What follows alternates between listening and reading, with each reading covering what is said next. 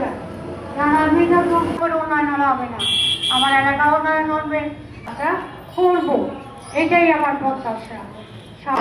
তথা ভারতীয় উপমহাদেশে খুবই বিখ্যাত আসেন। তো এই যে আমাদের নেত্রকোনা এবং নেত্রকোনা বিভিন্ন জায়গায় বিভিন্ন রাস্তাঘাট কিন্তু এই গত 1 বছর যাবৎ বিভিন্ন জায়গায় কিন্তু দুর্ভোগ দেখা দিয়েছে।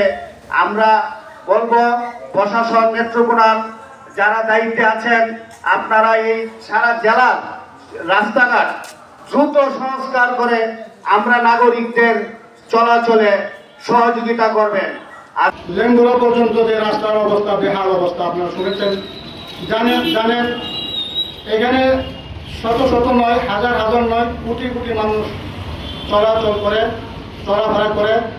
আর আপনারা জানেন আমাদের বাংলাদেশের মধ্যে পর্যটক যারা আছে তারাও পর্যটন করতে আসে, উত্তরে গারো পাহাড়ে চীনামাটি দেখতে আসে এবং সেই এলাকাটা খুবই চমৎকার এলাকা দেখতে আসে। কিন্তু এই রাস্তা বেহাল অবস্থার কারণে পর্যটকরাও পিছিয়ে আছে। তারা সংস্কারের নামে কিন্তু রাস্তা সংস্কারের জন্য রাস্তায় আবার আমাদেরকে নামতে হচ্ছে। এই হচ্ছে বাংলাদেশের প্রেক্ষাপট। রাস্তা সংস্কারের কথা বলে গেছেন, আমিও তাদের সাথে একমত পোষণ করছি।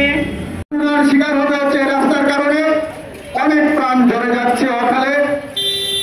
এর দাবিতে, রাস্তা সংস্কারের দাবিতে আমাদের আজকের এই মানববন্ধন।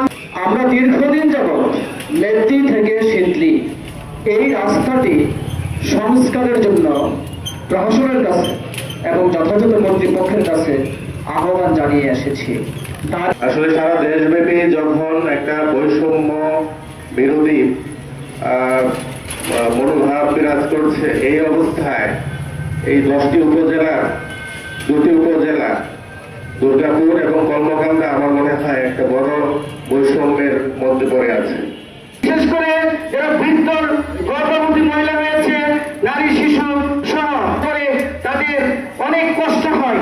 এই যে মানব দুর্ভোগ, জনগণের দুর্ভোগ, জনগণের স্বার্থে আজকে যারা মানববন্ধনে এখানে আমরা উপস্থিত হয়েছি, শুধু আমরা এতটুকু জানাতে চাই সংশ্লিষ্ট কর্তৃপক্ষ, বিশেষ করে এলজিইডি এই বিভাগের জেলা সদর থেকে দুটো উপজেলা একটা কমন রাজনীতি, দুটো উপজেলাকেই কভার করে এমন একটি জনগুরুত্বপূর্ণ রাস্তা দীর্ঘদিন যাবৎ অবহেলিত।